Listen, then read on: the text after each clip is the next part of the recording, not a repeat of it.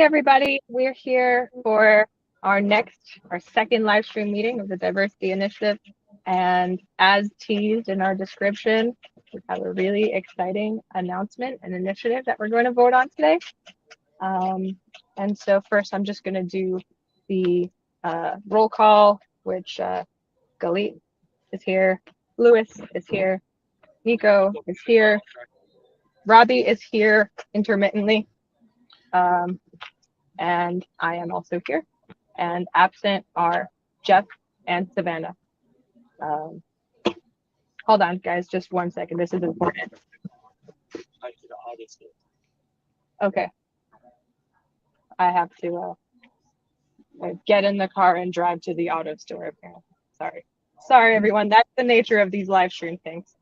Okay, so we did the roll call. The agenda today, like I said, we're just about to announce and discuss the reasoning behind attending this event, which we're going to reveal it, but I think Nico should reveal it because Nico put in the most work. And I'm just I'm just going to say that this started out with a conversation between me and Nico just being like, oh, it would be so weird to do this. And Nico told me about this, and it's almost reality. So, okay, take it away, Nico. Well, thanks for letting me do the big reveal. So some of you who are watching may or may not be familiar with the Folsom Street Fair, but it is one of the largest events in the state of California, one of the largest events in the city of San Francisco.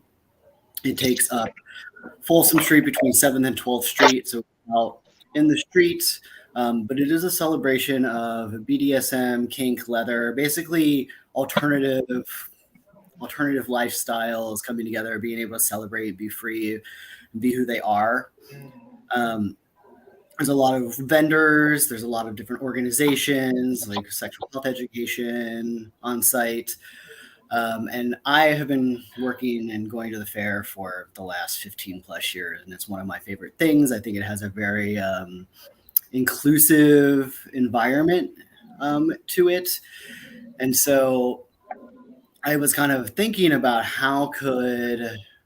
initially I started thinking about how could my business have a booth there? And then I started thinking more broadly about how could diversity initiative, and then how actually about like queer sports in general. Because there's actually a lot of things going on out there. Like there's Out in the Wild, which does LGBTQ rock climbing trips. There's Queer Surf that does surfing for queer bodies of all types. And so I'm lucky that I happen to know the executive director of the Folsom Street Fair. So I reached out to them and we had a really great conversation last week because Folsom's history is a little bit, well, not its actual history, but when people think about it, they often think about white cis gay men, and it's definitely been growing to become more and open. The ED is a trans person themselves. They've really recruited a really diverse board, and so they're really looking for opportunities to kind of increase diversity, equity, inclusion throughout the fair. And so last year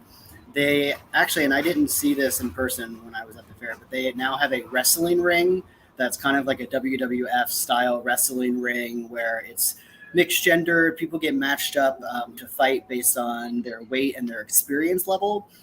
And so the ED was like, I think it'd be really cool for you and a bunch of other booths about like queer sports to be in that same area, so that we'd be creating this sort of like complex of LGBTQ alternatives lifestyle sports options.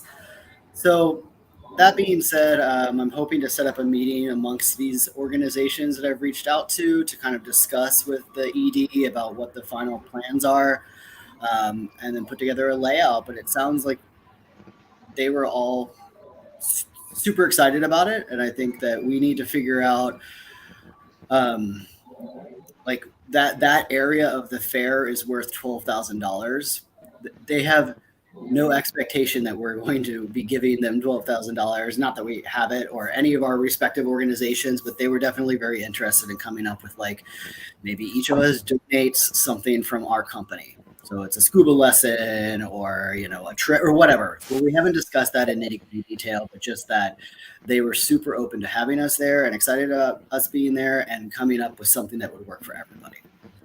So that's kind of the long and short of it. Any questions?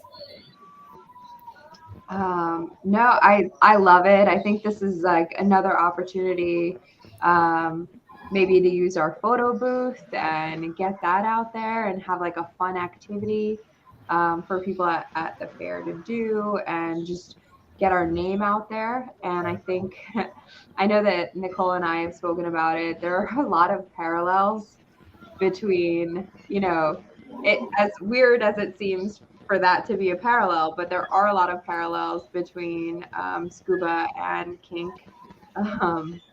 Like not just scuba, but mermaid. Yeah.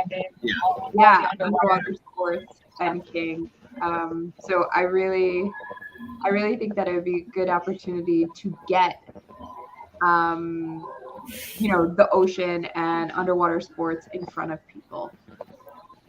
Yeah. So 100%. I think some of the parallels. So I wish that Jeff and Savannah were here. I don't think that they would have an issue on it. We are going to vote on this later. But for our viewers tuning in that might not be familiar with us, or one of the questions might be like, what? Like, that's so out of left field. Like, why are you going there? And I'm somewhat of an educator in the kink community, and there are so many misconceptions about kink. It's not all sexual nonsense, but instead, I'd like to prove that it is an activity that lets you explore things in very controlled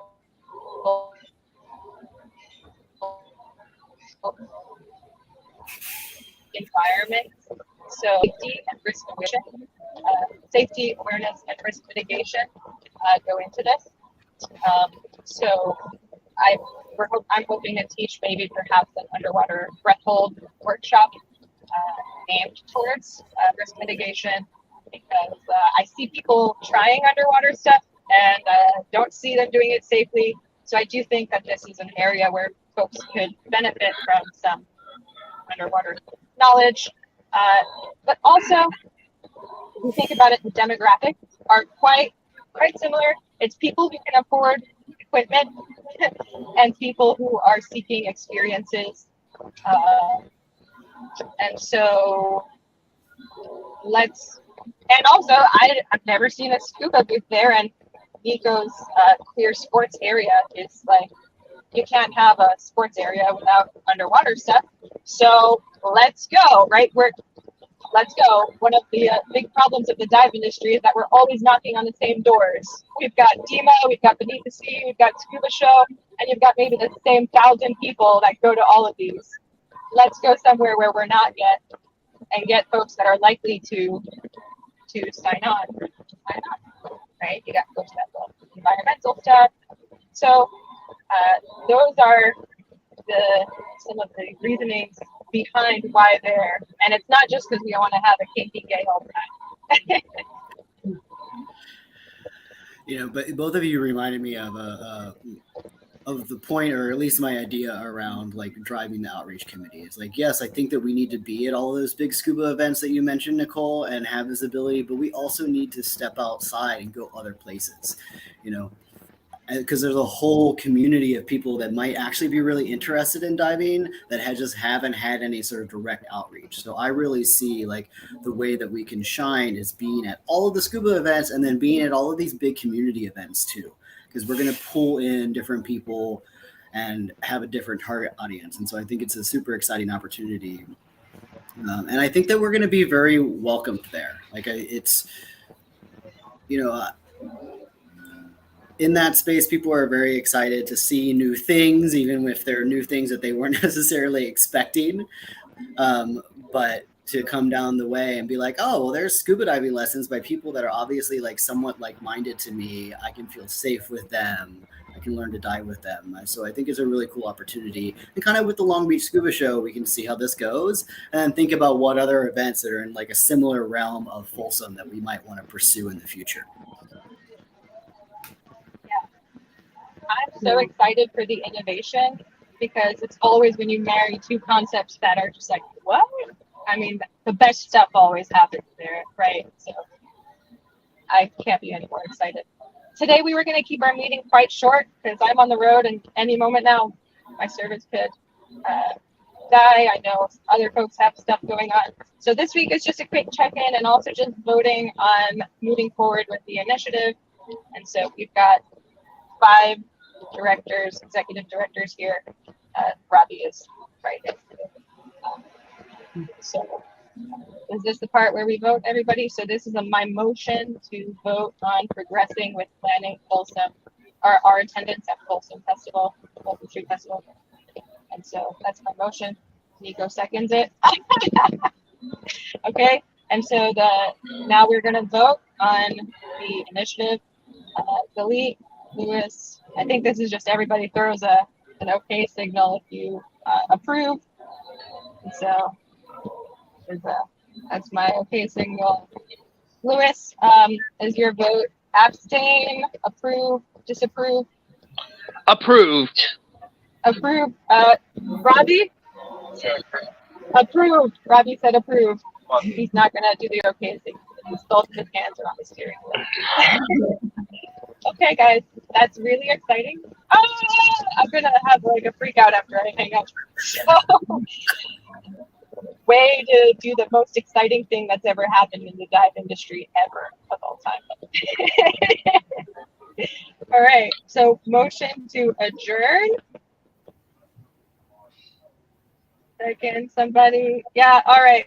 We're ending this thing. Love you guys. Love our viewers. If you guys think we're crazy, let us know. If you're excited, you're going to come with us, let us know. Write something in the comments and participate. And I'll see you all next week. Bye-bye.